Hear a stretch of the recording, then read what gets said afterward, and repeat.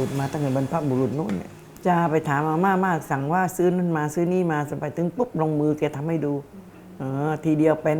จิพริกนี่เบลเห็นนะเป็นเนี่ยเสร็จโจนนะอะไรเห็นนะเป็นหมดแล้วชอบเรื่องอาหารเนี่ยทีเดียวผ่านเนี่ย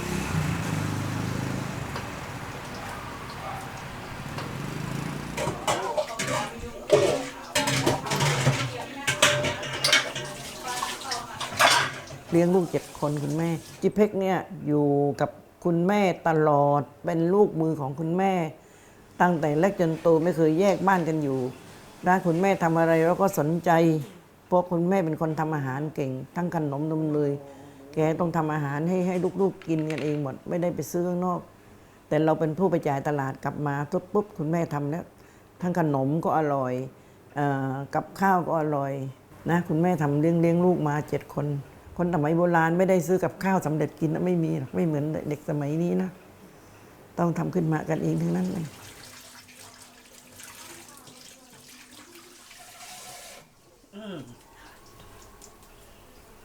ทำลูกมืออาหารก็ทำซื้อเป็นด้วยซื้อจากตลาดมาเสร็จหมดซื้อจะกินอะไรก็บอกปุ๊บซื้อมาตั้งไว้ถ้าเสาร์อาทิตย์โรงเรียนหยุดก็เอาแล้วข้าวครัวกันเราช่วยตำเครื่องช่วยขูดมะพร้าวจะแกงอะไรเนี่ยทำได้หมดนะเรา2-3 คนพี่น้องผู้หญิงช่วยกันคนละไม้ละมือแต่เรานี่เป็นตัวชูโรงชอบคนไหนชอบทำอะไรดีๆทำอะไรเก่งๆคุณแม่ก็ใช้แต่เราเนี่ยคิดดูบางทีก็บอกว่าทำไมเรียกเราใช้ซื้อนู่นซื้อนี่มันคล่องรู้หมดคนอื่นบางทีเขายังไม่ค่อยรู้จักมันไม่เป็นอย่างนี้ให้จิเพ็กไปตลาดแล้วจะได้ครบซื้อเป็นตั้งเด็กๆซื้อของนะตอนนั้นยังเด็กๆอยู่เลยยังจำความได้ยังเรียนชั้นประถมอยู่นะอยู่ใกล้ชิดมากเพราะแม่ทำขนมเนี่ยให้เราไปเดินขายเราก็ไปแล้วเดียดถาดเป็นตั้งเล็กๆถาดขนมไปเดินขายเองมั่งไปส่งตามร้านกาแฟมั่งอะไรแบบนี้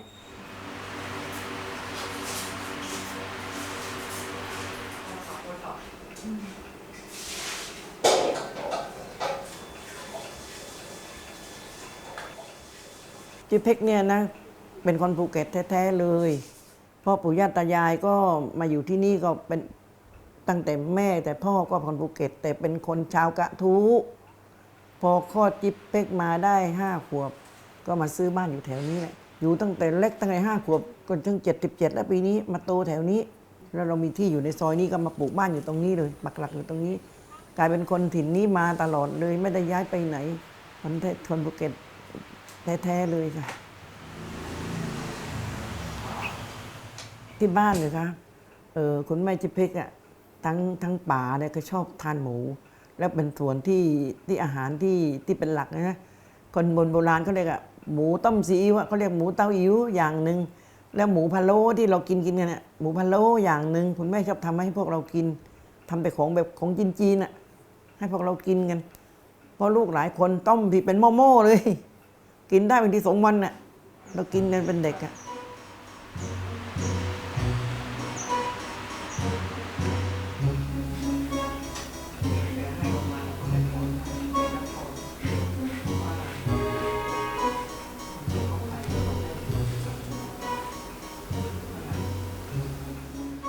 พอเราทำขนมขายส่งขนมเสร็จถึงเพื่อนชวนให้ไปช่วยเก็บหวยอะไรเนี่ยก็ไปทำกับเขาเห็นว่าได้เงินดีเปอร์เซ็นต์ดีก็เอาทำก่อนก็ใช้ได้อยู่เลี้ยงลูกรอดเหมือนกันตอนหลังมาก็เราเองก็ลุยทำขนมขายบ้างรับจ้างทำนู่นทำนี่ก็เอาไปกับเพื่อนบ้างอะไรเงี้ยนะบ้านงานบ้านอะไรเขาเรียกไปช่วยทำเนี่ยเขาทักหม้อที่ทำให้นี่เขาทักแกงอะไรเนี่ยโอเคเขามาจ้างให้เราทำพิเศษก็ทำให้เขาอีกอย่างนั้นแหละต้องขยันทำมาหากิน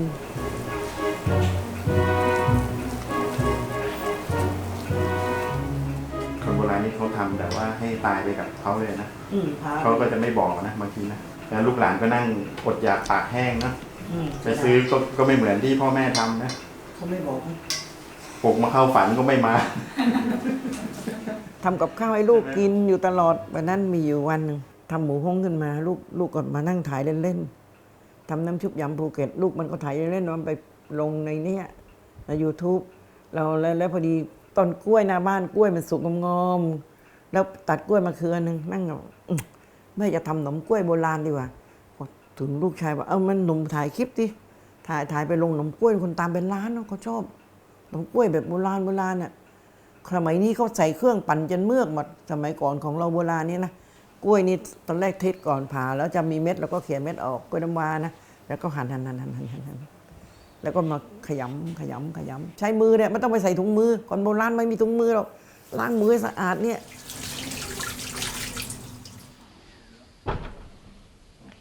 ตี 4หัวรุ่งต้องตื่นแล้วแต่ว่าตอนหัวค่ำนะประมาณไม่เกิน3 ทุ่มเราก็หลับนอนก่อนรีบนอนหัวค่ำพอตี 4ตื่นมาแล้วก็ดูอะไรแลในบ้านมาอะไรมันขาดแคลนอะไรบ้างที่เราจะไปซื้อวันนี้เราไปตลาดด้วยเราต้องซื้ออะไรเตรียมตัวจะออกไปข้างนอกเปิดประตูไปละตี 5ปิ้งไปตลาดบางทีไป2 ตลาดเลยบางทีก็ไปตลาดนี้ตลาดมันซันก็เรียกตลาดใหญ่นี่บางทีก็ไปตลาดเกษตรไป2 ที่วันนี้ก็ไป2 ที่แต่ตรงนี้มันของไม่ครบต้องไปตลาดโน่นอีกไปมอเตอร์ไซค์เนี่ยขี่เองไปเรื่อยๆไม่ต้องรีบทุกวันนี้ก็ยังขี่ไปเองทุกวันเนี่ยขี่มอเตอร์ไซค์เอง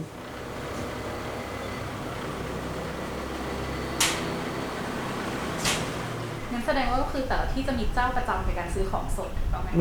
มีเจ้าประจำเพราะว่าถ้าเป็นอาหารสูตรโบราณเนี่ยบางทีมันจะมีสมมติว่ามันมีของที่หายากอย่างเงี้ยค่ะใช่หายังไงอะคะของที่หายากบางทีเราก็สั่ง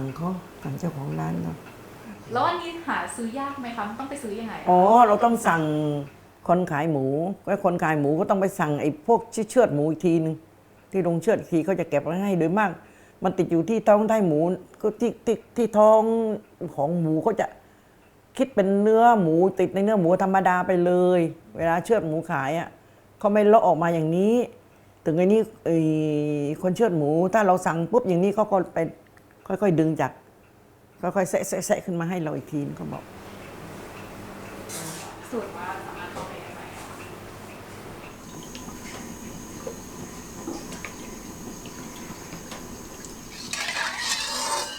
สมัยก่อนแม่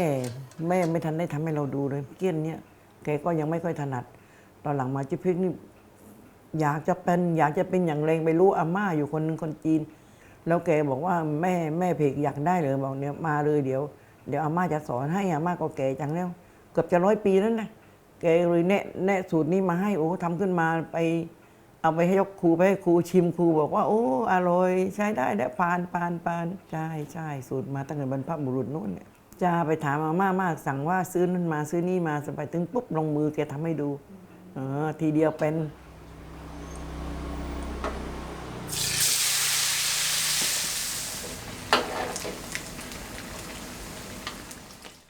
จิ๊บพริกนี่เบลเห็นนะเป็นเนี่ยเสร็จโจนนะอะไรเห็นนะเป็นหมดแล้วชอบไปเรื่องอาหารเนี่ยทีเดียวผ่านเนี่ยเคล็ดลับนี่ก็มีหมูนี่ต้องล้างแล้วมาซับให้แห้งเนี่ยให้นั้นเดี๋ยวถ้าเราไปคลุกเคล้าแล้วจะกินไม่อร่อยเนื้อมันจะเละหมดเนี่ยหมูก็ต้องให้แห้งเอามาปั่นกุ้งก็ต้องให้แห้งเอามาปั่นอย่างปูนี่ก็เหมือนกันให้แห้งๆเนี่ย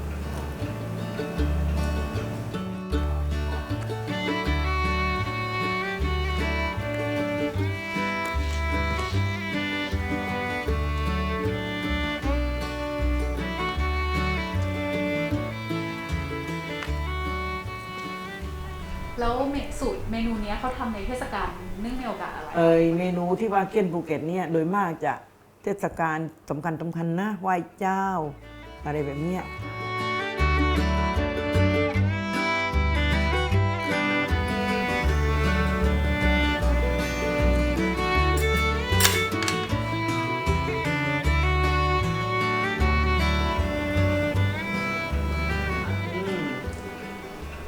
ร้อนนะ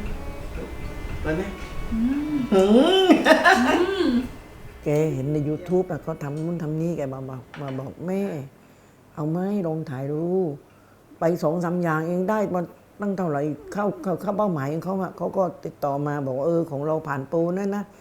จะเอาไหมอะไรแบบนี้เขาจะเริ่มได้เงินได้ทองเนี่ยเอาสิดีใจที่เราก็มีกำลังใจทำอยู่เรื่อยอยากจะหาคลิปอะไรแปลกๆของภูเก็ตอะไรแปลกๆเราทำได้เราก็นึกหนมนั่นหนมนี่ขึ้นมานะต้องทำให้เขาดูเยอะของจิ๊บพริกนี่500-600 อย่างเลยวะ